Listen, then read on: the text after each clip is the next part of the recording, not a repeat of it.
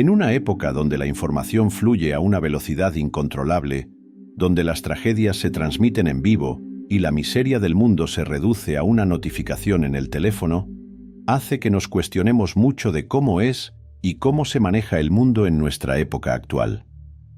La pregunta no es por qué nos hemos vuelto tan indiferentes, sino cómo hemos podido llegar a normalizarlo hasta el punto de que ya ni siquiera nos perturba. En algún punto de nuestra historia como seres humanos, fuimos seres emocionales, capaces de conmovernos ante el dolor ajeno, de actuar cuando la injusticia golpeaba a la puerta. Pero hoy, parece ser que la mayoría observa en silencio, desplazando la responsabilidad hacia una entidad difusa, como lo puede ser el Estado, la sociedad o alguien más. De esta forma, nos convertimos en meros espectadores de la realidad. El escritor Aldous Huxley, en su obra Un mundo feliz, advertía sobre una forma de control social que era incluso más efectiva que la opresión: la saturación. No hace falta censurar la información que vemos en los medios, cuando se puede inundar al individuo con tanta distracción, con tanta tragedia empaquetada en pequeños fragmentos de consumo rápido, que el propio acto de sentir se vuelve agotador.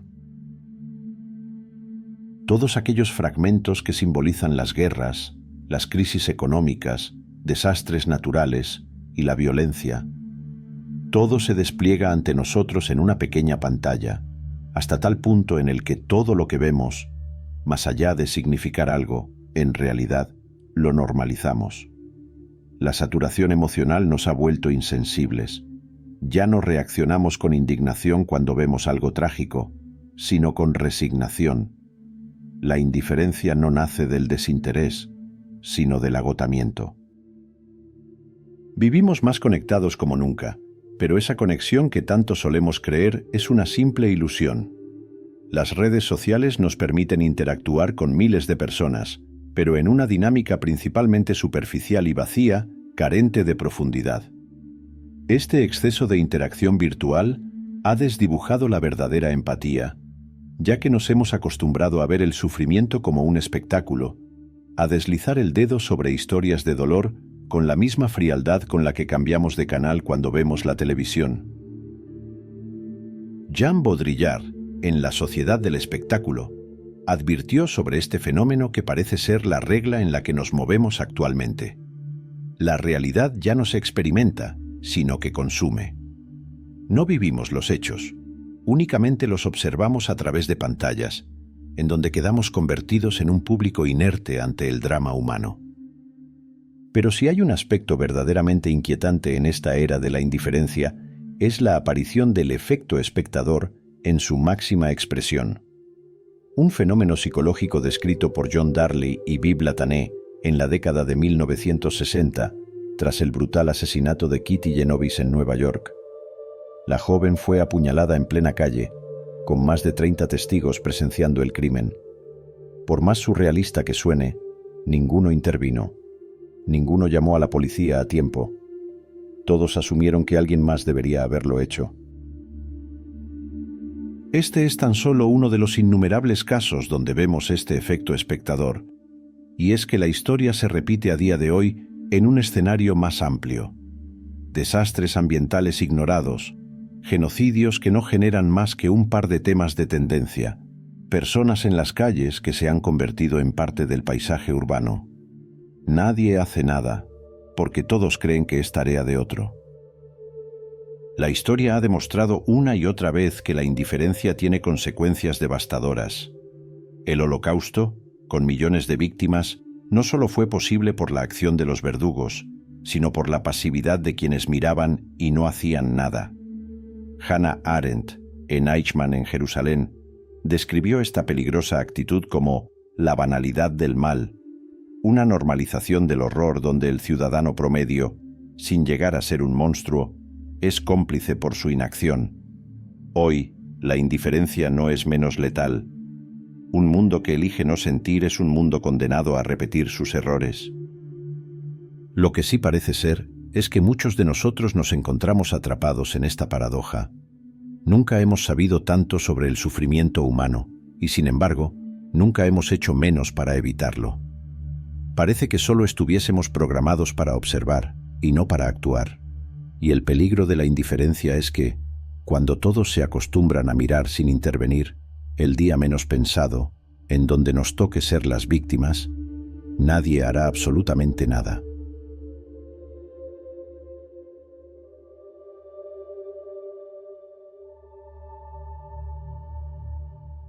Si la indiferencia es el síntoma, ¿cuál es la enfermedad?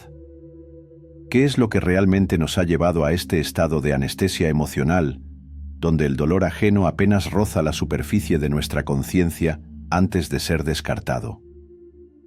No se trata solo de una reacción pasiva debido al exceso de información, sino de un fenómeno aún más profundo, una reconfiguración de la psique humana en un mundo que ha convertido la insensibilidad en un mecanismo a favor de la supervivencia. La repetición desgasta la capacidad de asombro, no importa cuán macabro sea un acontecimiento, ya que si se repite lo suficiente, se volverá parte del paisaje, tanto como si fuese algo normal de ver. Los psicólogos lo llaman habituación, el proceso mediante el cual el cerebro deja de responder a estímulos constantes. El sufrimiento ajeno, por ejemplo, que antes despertaba horror y compasión, hoy se ha convertido en una nota al pie de página en el torrente de las noticias que consumimos. En El malestar en la cultura, Sigmund Freud hablaba de la tensión entre el instinto de compasión y la necesidad de autopreservación. En una realidad donde la miseria es cotidiana, la mente elige protegerse. Trata de resguardarse del dolor para garantizar su estabilidad emocional. Es decir, sabemos que existen en el mundo ciertos malestares o situaciones que provocan todos aquellos sentimientos de dolor y angustia, y esto lo que ha hecho es convertirse en el telón de fondo de la existencia. Vemos múltiples eventos o situaciones desesperantes que hacen que nuestra mente caiga en ese malestar. Por ende, en un acto de autodefensa, nuestra mente aprende a desconectarse para no sentir esos malestares que tanto le perturban. Y no es porque el individuo sea inherentemente cruel, sino porque su capacidad de sentir ha sido sobrecargada hasta el punto de la fatiga. Pero hay algo aún más peligroso que la habituación al dolor: la pérdida total de propósito. El nihilismo moderno ha erosionado el significado de la existencia, reemplazando la búsqueda de sentido por una cultura de entretenimiento y distracción. Friedrich Nietzsche, en La Gaia Ciencia, advirtió sobre el último hombre, un ser conformista y apático que evita las grandes preguntas de la vida a cambio de comodidad y placer inmediato. En la actualidad, este último hombre se refleja en la indiferencia de una sociedad que ha olvidado que sentir también es parte de estar vivo. Sin un propósito trascendente, la realidad se vuelve insípida, el sufrimiento de otros parece ajeno, y la acción se convierte en un esfuerzo innecesario. No es que la gente no vea el dolor, es que ha aprendido a esquivarlo, a desviar la mirada y a pretender que no existe. Porque involucrarse con el sufrimiento del otro implica esfuerzo, implica asumir que el mundo es imperfecto y que, de alguna forma, todos tenemos responsabilidad en ello. Pero eso es demasiado incómodo, así que mejor es no hacer nada. Nietzsche entendió que la indiferencia es el síntoma de un mundo que ha vaciado su propósito. Cuando ya no hay ideales por los cuales luchar, cuando lo único que importa es la comodidad inmediata, entonces la apatía se vuelve la norma. Y eso es lo que veo hoy. Personas que han cambiado la búsqueda de significado por la evasión absoluta. Prefieren no sentir, no pensar, no actuar, porque todo eso les exigiría algo que no están dispuestos a dar. A esto se le suma un fenómeno curioso: la sobreprotección emocional. En la era de la fragilidad psicológica, donde cualquier experiencia incómoda es vista como un trauma, se ha cultivado una generación incapaz de lidiar con el sufrimiento, propio o ajeno. La educación moderna ha priorizado la seguridad emocional por encima de la resiliencia, evitando cualquier contacto con el malestar. Pero la paradoja es evidente. Al protegernos del sufrimiento, nos hemos vuelto menos capaces de enfrentarlo. Viktor Frankl, en El hombre en busca de sentido, lo explicó de manera contundente. Cuando ya no podemos cambiar una situación, tenemos el desafío de cambiarnos a nosotros mismos. Pero si nunca hemos aprendido a lidiar con el dolor, ¿cómo vamos a cambiar? Y finalmente, llegamos al pilar invisible que sostiene toda esta estructura: la psicología del consumo. Lo más chocante, a mi parecer, es que la sociedad de mercado ha convertido la apatía en un producto rentable, a tal punto de convencernos de que la felicidad es una experiencia individualista, de que nuestro bienestar personal está por encima de cualquier responsabilidad social. La premisa aquí es clara: preocuparse demasiado por los demás interfiere con el placer personal inmediato. Zygmunt Bauman, en Modernidad líquida, describía cómo el capitalismo moderno ha fragmentado los lazos sociales, reemplazando la comunidad por el consumo. En este modelo, la compasión es inútil porque no vende. La empatía es incómoda porque distrae de la búsqueda de satisfacción personal. Aquí vemos que la indiferencia no es solo un resultado accidental del mundo moderno, sino una construcción intencional. Hemos sido moldeados para ser meros espectadores, para aceptar el dolor ajeno como un ruido de fondo, para priorizar nuestra comodidad por encima de la responsabilidad colectiva. Y cuando una sociedad entera elige ignorar, cuando el propósito se desvanece y la conexión humana se desintegra, la pregunta ya no es por qué somos tan indiferentes, sino si queda por lo menos algo que nos haga reaccionar.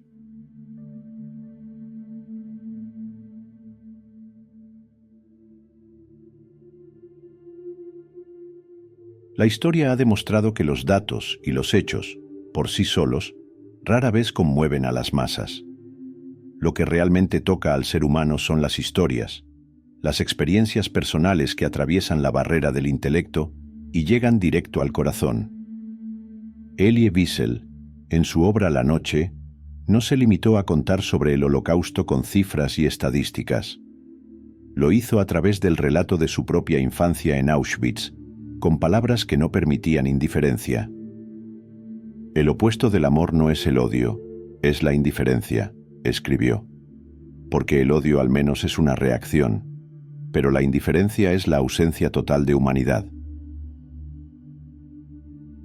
Sin embargo, conmoverse no es suficiente. Sentir algo momentáneamente y luego volver a la rutina es solo una nueva forma de autoengaño. La diferencia real está en la participación activa, en las acciones, por pequeñas que sean, que rompen con la inercia del mundo. No se trata de gestos grandiosos, sino de un cambio de mentalidad. Desde cuestionar las narrativas impuestas hasta tomar decisiones conscientes en el día a día. La historia no la escriben los grandes líderes, la escriben los pequeños actos acumulados. Søren Kierkegaard, en El concepto de la angustia, advertía que el problema del mundo no era la falta de grandes ideales, sino la falta de individuos dispuestos a sostenerlos con acciones. Pero para actuar, primero hay que reconectarse con la realidad. Y esto significa apagar el ruido, salir de la burbuja digital y dejar de consumir la vida como un espectador. Hoy, el mayor acto de rebeldía es atreverse a sentir, en un mundo que nos entrena para no hacerlo. Escuchar sin distracciones, observar con atención y detenerse en esos pequeños detalles que hemos aprendido a ignorar. Porque la sensibilidad no es un don con el que se nace, es un músculo que se atrofia con el desuso y que solo se recupera con ejercicio constante. Aquí es donde la filosofía se convierte en una herramienta indispensable. Nietzsche, en Así habló Zaratustra, nos advirtió sobre la comodidad del conformismo, el adormecimiento de la voluntad. Sartre, con su existencialismo radical, nos enseñó que la indiferencia es una elección, y que no hacer nada también es un acto que nos define. Camus, en El hombre rebelde, expuso que la única forma de resistir la absurdidad del mundo es eligiendo no ser cómplices de ella. La filosofía no es solo teoría, Es el antídoto contra la inercia mental. Y si algo ha demostrado la historia, es que los cambios no nacen de multitudes apáticas, sino de individuos que deciden desafiar la indiferencia. Movimientos como la resistencia en la Segunda Guerra Mundial, la lucha de Martin Luther King, etc. Ninguno de ellos surgió de grandes poderes, sino que fueron personas que decidieron no ser parte del silencio. Y si ellos pudieron desafiar la indiferencia en contextos de extrema violencia, una época muy diferente a la que vivimos actualmente, ¿qué nos impide hacerlo a nosotros? Que vivimos en una sociedad donde el mayor riesgo es la incomodidad. Así que aquí estamos. Un mundo donde sentir es un acto revolucionario, donde la indiferencia es la enfermedad más letal porque no mata de inmediato, sino que destruye lentamente todo lo que hace que la vida valga la pena. La pregunta no es qué tan grave es el problema, sino si estamos dispuestos a ser parte de la solución. Porque si la historia ha demostrado algo, es que la indiferencia es un ciclo, y solo quienes eligen romperlo son los que realmente dejan una marca. La decisión es nuestra. La pregunta es si estamos dispuestos a tomarla. Gracias por tomarte el tiempo de escuchar, de cuestionar y de permitir que estas ideas resuenen en tu mente. La indiferencia solo se rompe cuando dejamos de ser espectadores y nos convertimos en participantes de nuestra propia realidad. Déjame saber en los comentarios qué opinas sobre este tema, si alguna vez has sentido que la apatía te ha ganado la batalla, o si crees que aún hay formas de despertar en un mundo dormido. Y si crees que este mensaje puede servirle a alguien más, compártelo. Nos vemos en el siguiente video, donde seguiremos explorando las ideas que incomodan, pero que al final nos hacen más conscientes. Hasta la próxima.